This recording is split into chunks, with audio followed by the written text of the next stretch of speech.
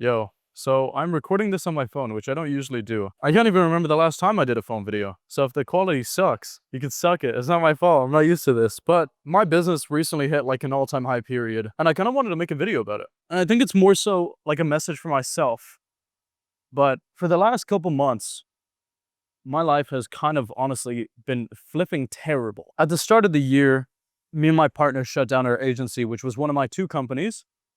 And I continued to run my coaching company, and I basically went all in on that. I spent a year and a half building an agency and a coaching company, convinced that I could do it. And I attached so much of my self-worth and my importance, and basically if I was happy or sad, in accordance to how the business did. And for full transparency, the best month I ever had combined with both companies was $92,000. In a single month combined, I had a team to pay, I had margin, I had, rev share, all that stuff. I did have to pay stuff. I had to pay software, etc. But that was late last year when I was also in Bali, like I am now. And fast forward a few months after that, my businesses took a fatter hit than they have ever taken. And my self-worth and my self-love and my self-esteem was worse and lower than ever, yet I was working more than ever trying to recover the businesses. Because in my mind, if I wasn't making money, nobody would care about me or nobody would love me. Which is kind of true, which is the unfortunate reality. If you can't provide for people, people won't love you. Now, I'm not making this video to say, yo, look, I'm back. I'm making bread again. I'm making this video kind of for myself, for when I ever doubt myself. At the start of this year, I went through some of the hardest months of my life. Like terrible, like borderline, am I worthy of being an entrepreneur? Like doubting myself so much where I was like, do I need to move back home? And now for context, I dropped out of university and I moved out when I was like 19. Like I just turned 19. I'm 20 now.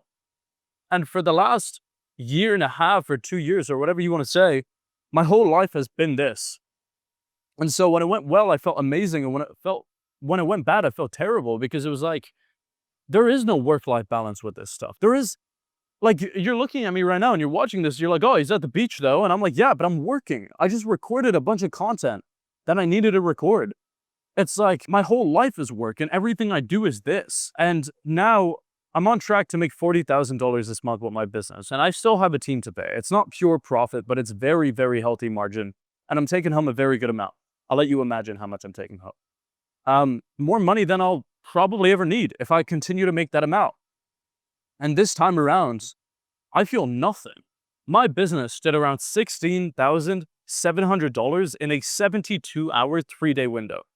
I think a few hours after the third day, we actually got another few thousand. I have made upwards, or like right under $17,000 technically in 3 days, which is more money than I made 6 months working a supermarket job. If I do double that in a 6-day window, I'm making more than a lot of people would make in a full-time employment job, assuming they obviously don't have the best degree. And I don't feel anything. Like, I told my team, if we do $40,000 this month, I will fly them out to Bali. I'll get a crib. And for context, I came here like 10 days ago. I'm here with my girl, and I've just been working the whole time. Maybe even 2 weeks I've been here now, and I've just been working. I haven't done much fun stuff. I recorded a moving to Bali vlog that I'm going to post on this channel later on. And I had to pause the bit when I was in Bali. I haven't recorded for 10 days because I haven't done anything but worked and taken sales calls and meetings and pushed the business forward and been trying to like hire a videographer so we could do more vlogs. I haven't done anything but worked because I just want to grow this. And it brings me to this point of, is it bad to attach your self-worth to the amount of money you make? Because at one point it becomes your standard. And when it becomes your standard, you essentially develop this safety net for the rest of your life. For me, when I fell sub 40, 50, 30K a month, I started to question my self-worth and I did nothing but work. I cut off my social life on accident. I became so obsessive with trying to get it back. And I spent so much money where I was like, am I going to lose everything? I started thinking about how many months I had left to live if my lifestyle continued where it was. I was in London, by the way, so I was spending like $6,000 or $7,000 a month, no pun intended. Like I was spending a lot of money and it was stressing me the hell out. And I was like, am I going to lose everything and have to move home? Because how am I portraying myself as this amazing entrepreneur? There's a stupid dog barking at me. How am I portraying myself as this like amazing entrepreneur when like my business is collapsing? What's wrong with me? And the reality is this dog is like, Bro, I hope this guy doesn't bite me. The reality is, this is just what I've signed up for, and it's probably what you're signing up for as well if you're trying to make money online. If your goal is to move to places like Bali or Thailand or do these things or even go to Dubai, it's like you are going to live such a difficult life that you better be ready for it, and let this be the warning sign that you got. But also let it be a reminder that sometimes stuff will go amazing, and enjoy that and take advantage of it. As you can tell, I'm still camera shy, but there's going to be periods where stuff goes terrible and you doubt yourself so much, and just expect that and learn to enjoy it. Because I kept telling myself I'm going to feel so good on the other side of it.